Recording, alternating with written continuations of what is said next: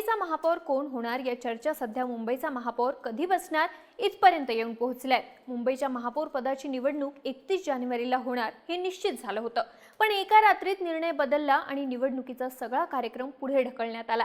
याचं कारण भाजप आणि शिंदेच्या शिवसेनेचा गट नोंदणीबद्दल न झालेला निर्णय आहे असं समोर आलं। एकनाथ शिंदे आणि भाजपमध्ये गट नोंदणी ही महायुती म्हणून करायची की स्वतंत्र हा तिढा सुटलेला नाही आणि म्हणूनच महापौर पदाची निवडणूक लांबणीवर पडली आहे। या सगळ्यात अखेर शिंदेच्या शिवसेनेने स्वतंत्र गट नोंदणी करण्याचा निर्णय घेतल्याचं सांगण्यात येत आहे। पण महायुती म्हणून गट नोंदणी केली असती तर महायुतीला फायदा झाला असता। तरीही शिंदेंनी स्वतंत्र गट नोंदणीचा निर्णय का घेतला? महायुती म्हणून गट नोंदणी केली असती तर शिंदेच्या शिवसेनेचा कसा तोटा झाला असता? या सगळ्यात एकनाथ शिंदेंनी टाळलेली ती रिस्क कोणती समजून घेऊयात या व्हिडिओतून। नमस्कार, मी दिव्या आणि तुम्ही पाहताय बोलभिडू। मुंबई महानगरपालिकेची निवडणूक 15 जानेवारीला होऊन निकाल 16 जानेवारीला लागला। त्यानंतर 22 तारखेला महापौर पदासाठीची आरक्षण सोडत पार पडली। महापौर पदाचं आरक्षण हे खुल्या प्रवर्गातील महिलेसाठी सुटलं। त्यानंतर मुंबईच्या महापौर पदाची निवडणूक 31 जानेवारीला होणार हे जाहीर झालं होतं। त्या संदर्भात मुंबई महानगरपालिकेचे आयुक्त भूषण गगराणी यांनी अधिकृत सूचनाही दिल्या होत्या। पण अचानक मुंबईच्या महापौर पदाची निवडणूक लांबणीवर पडल्याच्या बातम्या आल्या। 23 जानेवारीच्या रात्री एक बैठक पार पडली आणि त्या रात्री उशिराच निवडणुकीचा सगळा कार्यक्रम पुढे ढकलण्यात आल्याचं काही माध्यमांनी सांगितलं। निवडणूक पुढे ढकलण्याचं एक कारण होतं भाजप आणि शिंदे गटाचा गट नोंदणीवरून न झालेला निर्णय। गट नोंदणी महायुती म्हणून करायची की स्वतंत्र हा तिढा सुटलेला नाही आणि म्हणूनच महापौर पदाची निवडणूक लांबणीवर पडल्याचं सांगण्यात आलं। अखेर मुंबई महापालिकेतील सत्ता वाटपावर देवेंद्र फडणवीस आणि एकनाथ शिंदे यांच्यात 25 जानेवारीला चर्चा झाली आणि भाजप बरोबर संयुक्त गटनोंदणीच्या निर्णयावर एकनाथ शिंदे यांनी अंतिम निर्णय घेतला।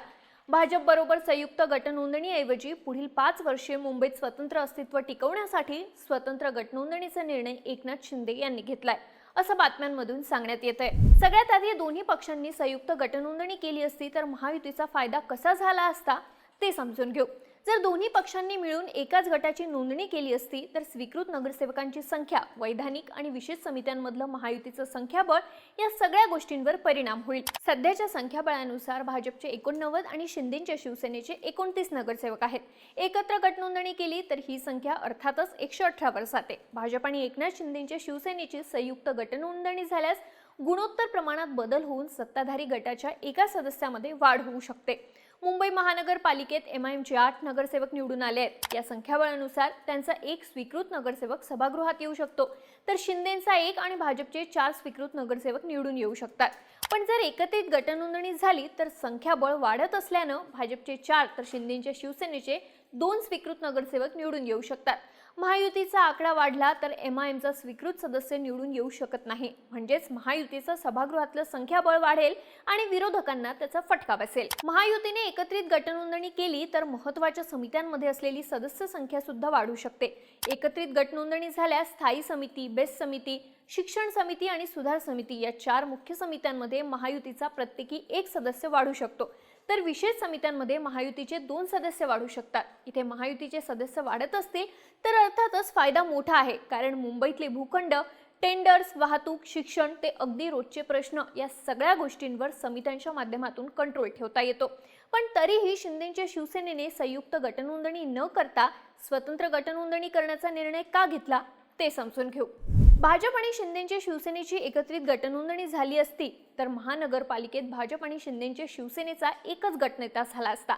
सभागृहात तसंच सर्व समित्यांमध्ये भाजप जी भूमिका घेईल त्या भूमिकेला शिंदेच्या शिवसेनेला अनिवार्यपणे पाठिंबा द्यावा लागला असता। याशिवाय महापालिकेत दोन्ही पक्षांना स्वतंत्र कार्यालय मिळण्याऐवजी एकच कार्यालय मिळण्याची शक्यता होती। एवढंच नाही तर वैधानिक आणि विशेष समित्यांवर शिंदेच्या शिवसेनेला किती प्रतिनिधित्व द्यायचं याचा अंतिम निर्णयही भाजपच्याच गटनेत्याकडे राहील अशी अट असण्याची चर्चा होती। आताच्या पक्षीय बलाबलानुसार स्वतंत्र नोंदणी झाल्यास स्थायी समितीवर भाजपचे 8 आणि शिंदेच्या शिवसेनेचे 3 सदस्य जाण्याची शक्यता आहे।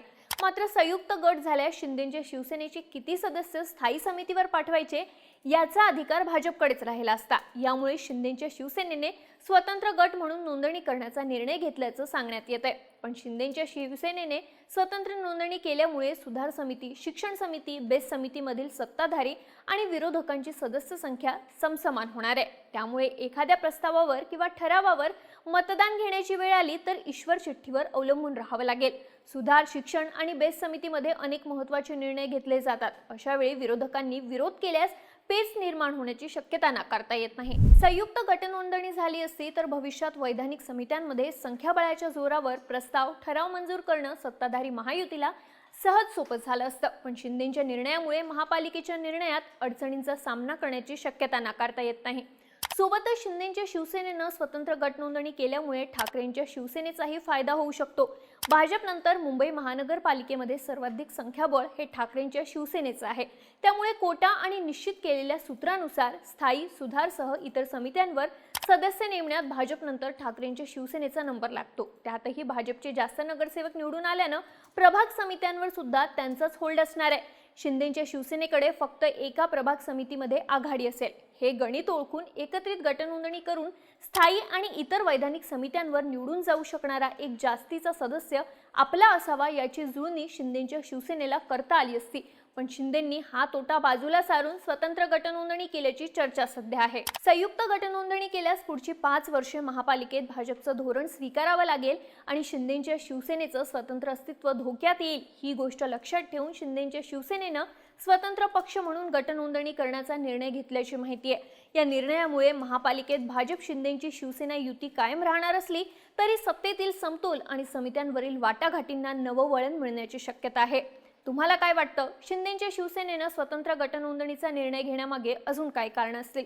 तुमची मतं आणि प्रतिक्रिया कमेंट करून सांगा आणि बोल व्हिडिओच्या YouTube चॅनलला सबस्क्राईब करायला विसरू नका.